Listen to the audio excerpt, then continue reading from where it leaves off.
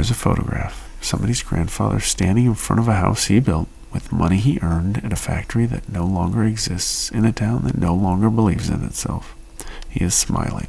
He does not know yet what that smile will cost the people who come after him.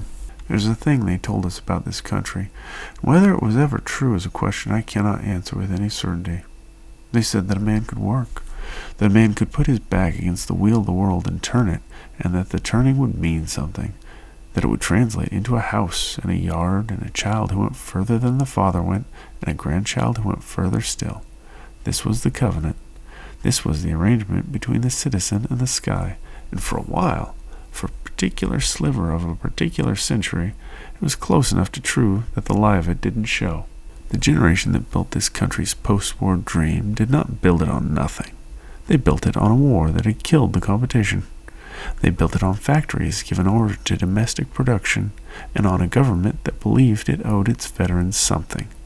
They built it on land that was cheap, and on gasoline that was cheaper, and on a confidence, unearned but not entirely unfounded, that the engine would not stop. And so they worked, and they built, and then they looked at what they had built, and they called it the natural order of things. They forgot the scaffolding. They saw only the house. Their children, Millennials, were told the same story with a small amendment. The amendment was this: go to school. Borrow if you must, but go to school, because a man with a degree will always find his footing, and the debt will resolve itself in time. And so they went, in numbers that had never been seen before they went. And the jobs were not there when they arrived. The floor had been removed. Not stolen exactly. Just quietly uninstalled while they were sitting in lecture halls, studying for a future that was being renegotiated without them present at the table. And they came home to houses they could not afford to buy from the very generation that had told them buying a house was the measure of a life. And they ate avocado toast, somebody said, as if the cruelty of the situation needed a punchline to make it bearable. Now there is another generation standing at the door, and the door is different than it was. It is not even a door anymore in the sense the old men meant. The youngest ones, the ones born into the hum of screens and the slow blue light of devices, they came into a world that was already on fire, and they knew it was on fire, and they watched the generations before them argue about whether the fire was real. And there's a particular kind of despair that comes from that. Not the despair of losing something, the despair of inheriting the argument about whether the loss is happening at all. You can call them soft if you want. People always call the young soft. It makes the old feel harder than they are.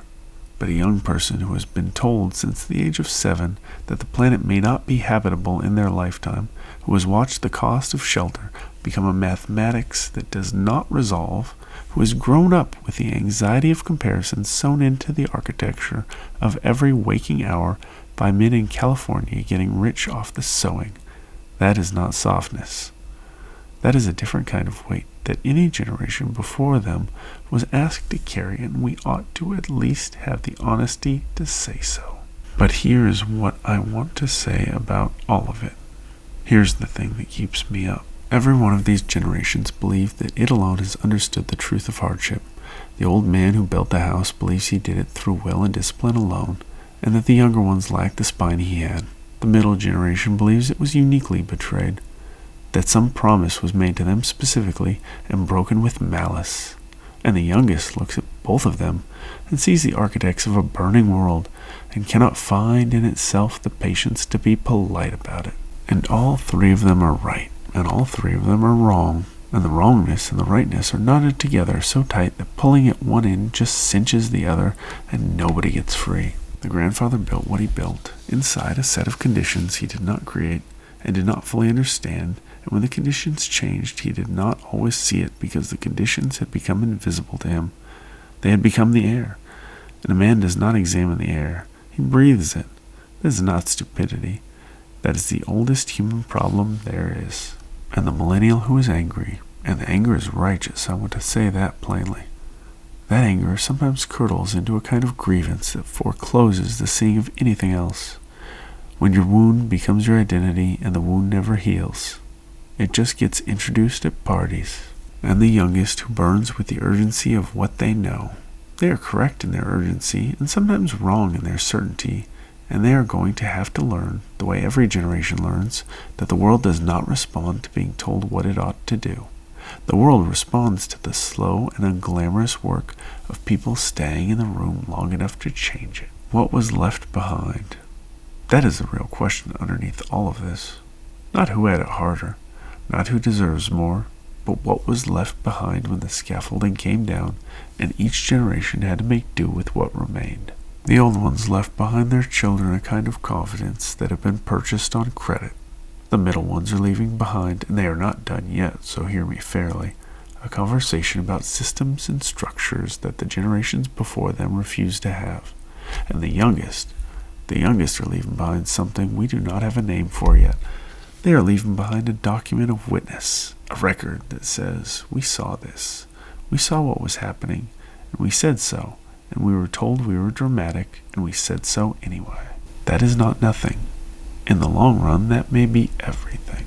There is a photograph, somebody's grandfather standing in front of a house, and in 30 years there will be another photograph, somebody's grandchild standing in front of something we cannot picture yet, maybe a house, maybe something we do not have a word for, and that child will be smiling too.